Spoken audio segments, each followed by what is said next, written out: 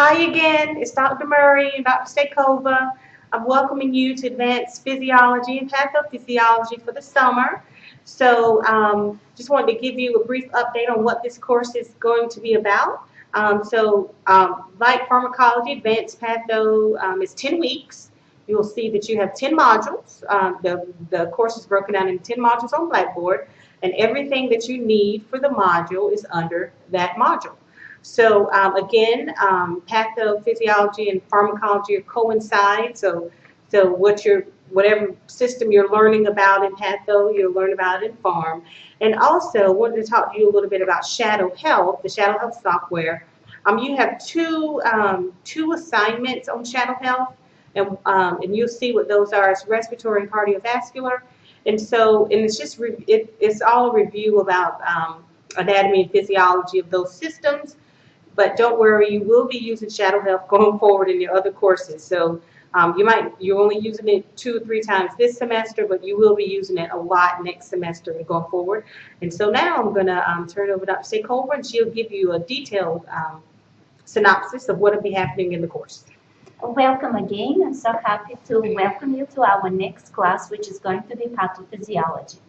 And I have to tell you, it's going to be very, very, very busy 10 weeks. You have 2 classes that demand a lot of your time.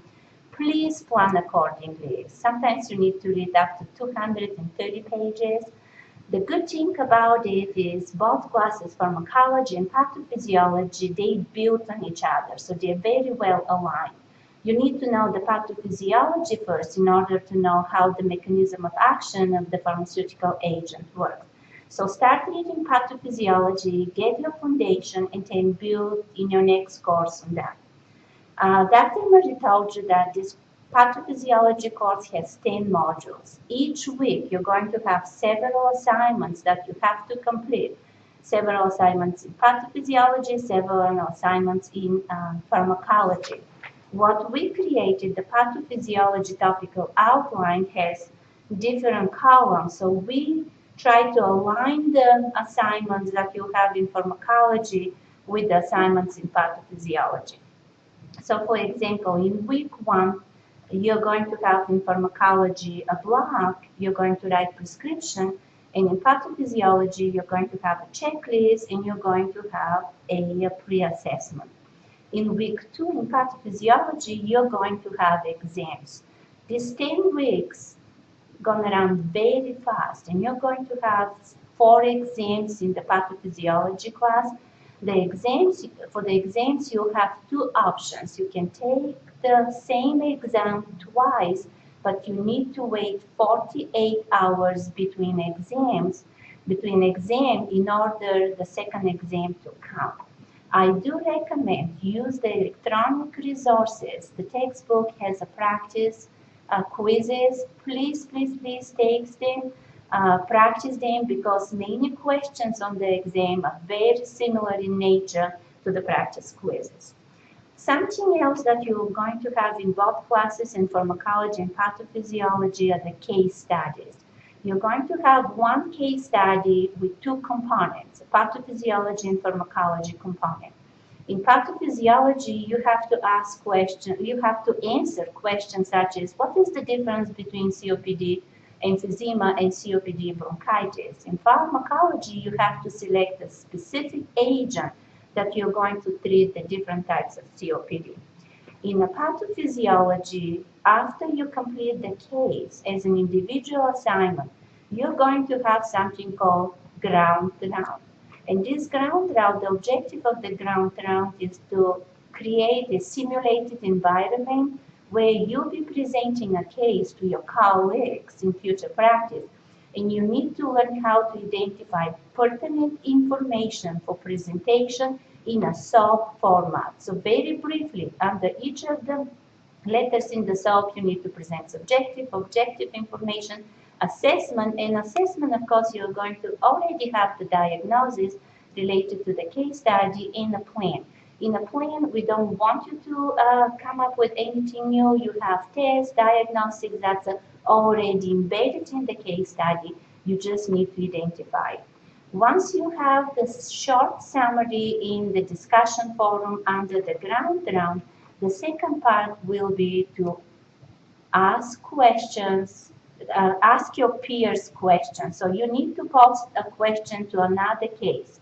And also you need to answer at least one or two questions that are posted to your specific case.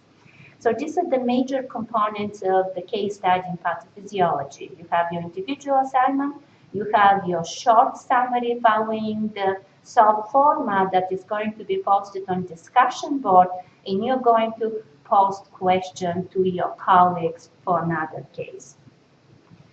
The final assignment, so we're going to have 4 exams. You don't have a midterm exam, but you're going to have a final exam.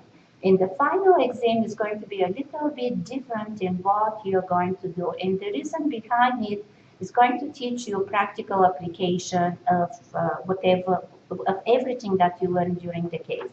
So the final question, the final exam will include 24 open book free responses, a short answer, short answer. So basically you have a question which is a little mini case study, and you have to present the pathophysiology background related to this question.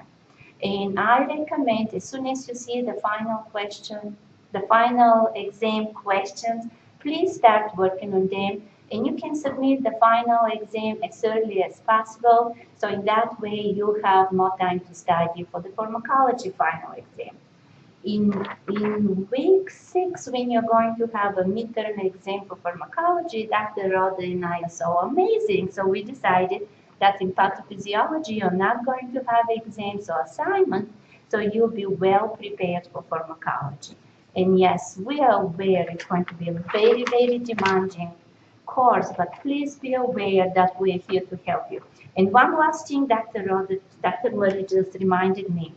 All of the exams, the 4 exams, the 4 multiple choice exams will be through Blackboard Responders Monitor.